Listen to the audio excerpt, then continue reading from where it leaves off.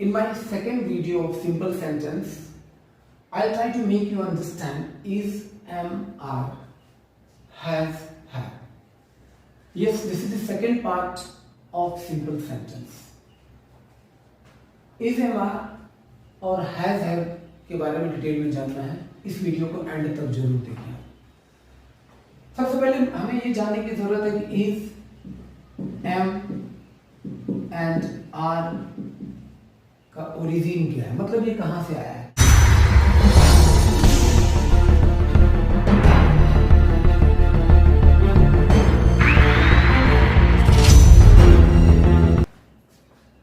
Welcome back to my SMB English YouTube channel. In my second video of simple sentence, I'll try to make you understand is, am, are, has, have. Yes, this is the second part of simple sentence. is, am, are और has, have के बारे में detail में जानना है, इस video को and तक जरूर देखिए। सबसे पहले हमें ये जानने की जरूरत है कि is, am एंड आर का ओरिजिन क्या है, मतलब ये कहां से आया है। तो is, am, are be verb से आया है। बी जिसका मतलब होना होता है। तो ये इज, एम, आर ये बताएगा कि सब्जेक्ट क्या है, सब्जेक्ट कौन है, सब्जेक्ट की अवस्था क्या है, सब्जेक्ट का गुण क्या है, सब्जेक्ट का अवगुण क्या है। जैसे कि सब्जेक्ट मान लीजिए कि आई क्या है, आई एम अ डॉक्टर। तो आई यहां पर एक डॉक्टर है। He is a teacher. ही यहां पर क्या है, एक टीचर है। He is good. ही कैसा है, ही अच्छा है। She is beautiful. शी कैसी है, ब्यूटिफुल है। तो यहां पर सब्जेक्ट के बारे में ये बात कर रहा है, एम, इज एंड आर। पर बचपन से हम लोग ये सीखते हुए आए हैं कि इज मीन्स है होता है, एम मीन्स हूं होता है एंड आर मीन्स है होता है। ये सबसे बड़ी गलती करते हैं। अगर इज मीन्स है होता है तो फिर अगर मैं ये सेंटेंस लिखूं, वह एक आदमी है, तो हम लिखते हैं he is a man, right. और है इसका मतलब होता है। तो this sentence is very right. You understand the sentence is absolutely right. There is no problem. Actually the sentence is right. But अगर मैं लिखूं वह रोटी खाता है, वह रोटी खाता है, तो he eats chapatis. He eats a chapati. तो इस केस में है तो इस सेंटेंस में भी है, बट इस सेंटेंस में इज नहीं है। तो बचपन से इस सेंटेंस को पढ़ने के चक्कर में हम कई बार गलती से इस सेंटेंस में ही इज ईट अ चपाती लगा देते हैं। हो गई ना गलती। It is because of our primary mistake. Initial गलती के वजह से हम लोग इसमें बोलने के वक्त इज लगा देते हैं, और ये हम लोगों की बहुत बड़ी प्रॉब्लम है। क्लास में हम लोग कई बार इस चीज को ऑब्जर्व करते हैं कि student he is eat, he is go, he is play, I am eat, I am play, they speak like this. You know why? Because बचपना से वो इज का मतलब है, एम का मतलब हूं और आर का मतलब है समझता है, but that's absolutely wrong. I can give you multiple examples here. If you wanted to understand more, I'll try to make you understand. If you write a sentence, मैं तुम्हारा दोस्त हूं, मैं तुम्हारा दोस्त हूं, तो I write I am your friend, right? Good, this is correct. चलो हूं है तो हमने एम लगा दिया, राइट। बट अगर मैं लिखूं मैं तुमसे बात करता हूं, बताओ इस केस में क्या करोगे?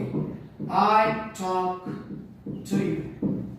अब इस केस में वही गलती करेंगे, I am talk to you,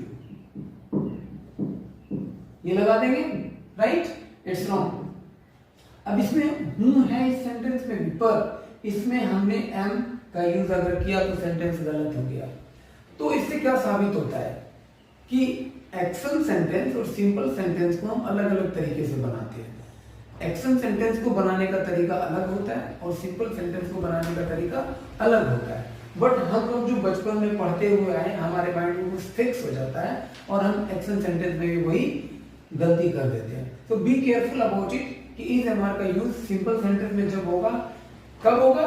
जब कोई सेंटेंस में कोई एक्शन नहीं होगा, मतलब कोई काम धंधा नहीं होगा। अगर कोई काम होगा तो ध्यान रहे कि इज एम आर का यूज सोच समझ के करना है। मैं ये नहीं कह रहा हूं कि इज एम आर का यूज नहीं कर सकते हैं।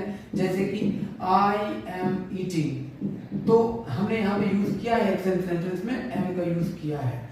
इस का भी यूज कर सकते हैं, आर का भी यूज कर सकते हैं। But we must know the difference between action sentence and simple sentence. So in detail I'll try to make you understand about simple sentence today. So first sentence, affirmative sentence means positive sentence. हम लोग बहुत अच्छे विद्यार्थी हैं, तो हमने बनाया we are very good students. As we know, I takes am, you, we, they and plural subject text are he, she, it, name and singular subject text is. You know it very well. There is no problem with this, right? So second number, हम लोग अच्छे विद्यार्थी नहीं हैं. So what do we need to write? We are not good students. Third number, क्या हम लोग अच्छे विद्यार्थी हैं? जब कभी सिंगल इंट्रोगेटिव बनाए, मतलब क्या को शुरू में अगर करते हैं जिसका कि आंसर हाँ या ना में दो, तो उस तरह के सेंटेंस को बनाने के लिए आप हेल्पिंग वर्ब मतलब इज एम आर जो है इस सेंटेंस में, इसको शुरू में करते हैं। Means are we good students, right. इस तरह के सेंटेंस को हम क्लोज एंडेड क्वेश्चन भी कहते हैं। वैसा क्वेश्चन जिसमें कि आप हाँ या ना में जवाब देते हैं। अगर आपसे कोई पूछे क्या आप एक लड़का हो, तो आप बोलोगे हाँ या तो ना। तो इस तरह के सेंटेंस में हमें क्या करना होता है? हेल्पिंग वर्ब को शुरू में कर देना होता है। Next number 4, are we not good students, right. Number 5, what will you write? हम लोग अच्छे विद्यार्थी कैसे हैं? सिंगल इंट्रोगेटिव में हमने क्या किया? हेल्पिंग वर्ब को सब्जेक्ट के बाद कर दिया। अब हम डबल इंट्रोगेटिव में क्या करेंगे? एक वर्ड है डबल इंट्रोगेटिव का कैसे। मैंने डबल इंट्रोगेटिव के सारे वर्ड्स यहाँ पे लिख रखे हैं। WH फैमिली के सारे वर्ड लिखे हैं। व्हाट मींस क्या, व्हेन मींस कब, व्हाई मींस क्यों, वेयर मींस कहां, हु मींस कौन, व्हिच मींस किसका, हु मींस किनको। और एक बात हमेशा ग्रामर में याद रखें कि किसी भी वर्ड का, जैसे कि वर्ड का मतलब क्या है, तो इसका मतलब हमेशा क्या नहीं रहेगा। ये मैं नेक्स्ट वीडियो में आपको बताऊंगा। बट अभी आप इतना जानिए, ये क्वेश्चन बनाने में हमें हेल्प करता है। तो हम लोग अच्छे विद्यार्थी कैसे हैं? वेयर, कैसे, सॉरी, हाउ एंड कुछ मत कीजिए, इस सेंटेंस को कॉपी कर दीजिए। How are we good students, इस तरह से, राइट। नेक्स्ट, हम लोग अच्छे विद्यार्थी कैसे नहीं हैं? How are we not good students, right. हमने क्या किया? कुछ नहीं किया। तीसरा नंबर में WH फैमिली ऐड कर दिया, हाउ लगा दिया, right. How are we not good students, 7वां और 8वां, ये बहुत इंपॉर्टेंट है। इसका नाम अंग्रेजी में क्वेश्चन टैग कहलाता है। इसका नाम होता है क्वेश्चन टैग्स। इसको भी हम क्वेश्चन टैग्स ही बोलते हैं। इसको बनाने के लिए हमें क्या करना होता है कि सबसे पहले आप सेंटेंस को अफर्मेटिव सेंटेंस है मान लीजिए यहां तक, तो इस सेंटेंस को बना लीजिए। कैसे बनाएंगे? We are good students, right? Any problem? No? तो इसमें करना क्या है, आप क्वेश्चन नाम में ही छुपा हुआ क्वेश्चन टैग, मतलब क्वेश्चन को टैग कर दो, जोड़ दो। इसके लास्ट में क्वेश्चन को आप जोड़ देते हैं। क्या करना है आपको? अगर आप माइंड लेवल्स को मैं हटा दूं, okay, alright, thank you very much, I am just removing it. Okay, students, okay, so what do we need to do? Are को हम यहां पे लिख देंगे और इसमें कॉन्ट्रैक्ट कर देंगे नोट। कॉन्ट्रैक्शन फॉर्म में हमें हेल्पिंग वर्ब को लिख देना और इस सब्जेक्ट को लास्ट में ले आएंगे, वी। पर एक बात याद रहे, अगर यहां पर किसी का नाम है, लड़का का नाम है तो शी, लड़की का नाम है तो ही। अगर है कि he is a good boy, isn't he, it's okay. अगर लिखा रहता Ram is a good boy तो क्या करेंगे? Ram is a good boy, isn't he, isn't Ram नहीं, इजंट ही। नंबर 8, सबसे पहले क्या करना है? यहां तक बना लेना है, मतलब अफर्मेटिव सेंटेंस, नेगेटिव सेंटेंस बना लेना। We are not good students, right? अब क्या करना है? इस आर को यहां पे ले आना है, इस वी को यहां पे ले आना है, and it has become question tag. But एक बात ध्यान रहे कि अगर यहां पर नोट है तो यहां पर नोट नहीं लगाएंगे, और अगर यहां पर नोट नहीं है तो यहां पे नोट लगाएंगे। एक और बहुत इंपॉर्टेंट चीज बताने की बात बता रहा हूं मैं आपको। मैं एक आदमी हूं, क्या बनाओगे? आई एम अ मैन, राइट? और इसमें ना लगा दो, क्वेश्चन टैग बना दो। इसमें क्वेश्चन टैग बनाओ तो क्या करना पड़ेगा? I am a man, aren't I. एक बात ध्यान दें कि हमने यहां पर एमेंट नहीं लिखा है, एमेंट आई नहीं लिखा है, ये गलत है। Aren't I, amn't is not a word in English grammar, so you need to understand. Aren't नहीं, सॉरी एमेंट नहीं, आरंट का यूज करेंगे आई के साथ, राइट? I think I made you understand this simple sentence. इसी तरह से कुछ भी हो, सपोज करें कि वह एक लड़की है, she is a girl, she is not a girl, is she a girl, is she not a girl, why is she a girl, why is she not a girl, she is a girl, isn't she, she is not a girl, is she. इस तरह से हमारे को fluency में sentence को बोलने के लिए आना चाहिए। इससे क्या होगा? आपको अंग्रेजी बोलने में आसानी होगी।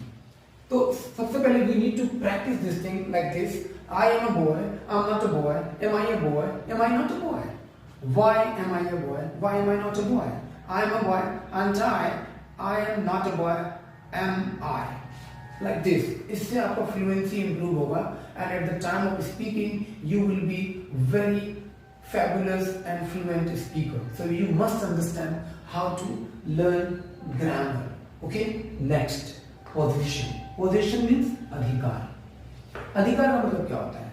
जो भी चीज आपके पास है उसको हम अधिकार बोलते हैं। सपोज कीजिए कि सपोज क्या है, मेरे पास है एक्चुअली पेन, मेरे पास मार्कर, तो क्या बोलेंगे? I have a marker. I have got this T shirt, तो है ना मेरे पास टी शर्ट, क्या बोलेंगे? I have a T shirt, I have a denim, okay. हाँ, वॉच नहीं है, बट अगर होता तो बोलते I have a watch, right? So I have a house, I have a classroom, and और भी बोल सकते हैं I have hands, okay, I have body, okay, I have stomach, I have 2 ears, I have 2 eyes, I have one pair of glasses, okay, I have hair. So I have a lot of things, okay, a lot of things in my control. You can use I have, you have, they have, she has. हाँ, she में has, I'll let you know कि किसमें क्या use करेंगे। तो I, we, you, they and plural subject, ये लेगा आपका have, right? He, she, it, name and singular subject singular subject will take has, right? तो ये ध्यान रहे कि किसके साथ क्या यूज करेंगे। तो अब हम पोजीशन की बात अगर करते हैं तो पोजीशन के simple sentence, position is also called a simple sentence, क्योंकि इस सेंटेंस में भी कोई काम नहीं हो रहा है, क्योंकि काम अगर होगा तो वो एक्शन सेंटेंस कहलाएगा। तो अगर मैं इसका पहला सेंटेंस पे बात करूं तो पहला सेंटेंस है वे लोग गाय रखते हैं, मतलब क्या, उसके पास गाय है, उनके पास गाय है, राइट, उनके कंट्रोल में गाय है, उनके कब्जा में गाय है, मतलब वो गाय रखते हैं। तो हमने बताया दे हैव अ काउ, राइट, उनके पास एक गाय है भी लिख सकते हैं इसको, दे हैव अ काउ। उसके बाद उनके पास गाय नहीं है, बहुत सारे लोग इस तरह से भी बनाते हैं, राइट, कैसे, they have not a cow, like this, they have not a cow, but in my opinion this is wrong, this is not very much in trend, okay, people use this one, I mean don't, they use a lot, ये वाला बहुत use होता है, ये rarely use कोई करते हैं, but we have to follow this one, this is better than this, so we must understand this is right, okay, and I can say this is not right, but some books have it, this type of things, okay, there, so you have to follow both, but this is very important, you need to understand this one, right, this is better than this one, right. So negative अगर use करना है तो उन सारे subject में जो कि have लेता है उसके साथ आप do का यूज करें, और उन सारे सब्जेक्ट में does का यूज करें जो has लेता है, मतलब he, she, it, name और सिंगुलर सब्जेक्ट में आप does का यूज करेंगे, और फिर I, we, you, they और प्लूरल सब्जेक्ट में do का यूज करेंगे। तो मैंने लिखा उनके पास गाय नहीं है, so they don't have a cow।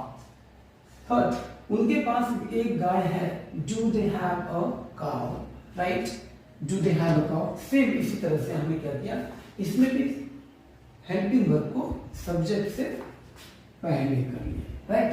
जब कभी सेंटेंस में क्या शुरू में आए और वो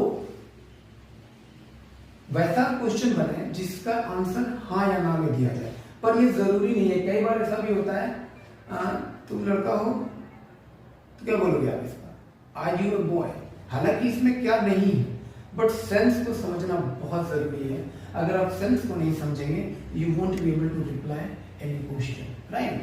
तो ऐसे तो लिखने के टाइम पे आपको पता होना चाहिए कि अगर सेंटेंस के शुरू में क्या आता है तो वो नॉर्मली क्लोज एंडेड क्वेश्चन कहलाता है, मतलब उस क्वेश्चन का आंसर आप हाँ या ना में दे सकते हैं।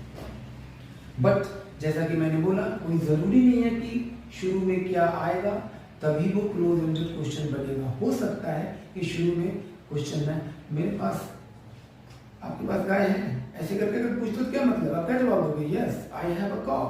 जैसे आपने आंसर यस में दिया, हालांकि वो क्वेश्चन नहीं दिख रहा, फिर भी वो क्वेश्चन है। So we need to understand these things. My ultimate purpose of saying this statement is that you must understand the sense for understanding any language, right? So translation is not going to help you to improve your speaking, right? You must know the sense. If you know the sense, you can easily speak English and write English. Okay, okay. Next, so उनके पास गाय नहीं है? Do they not have a cow?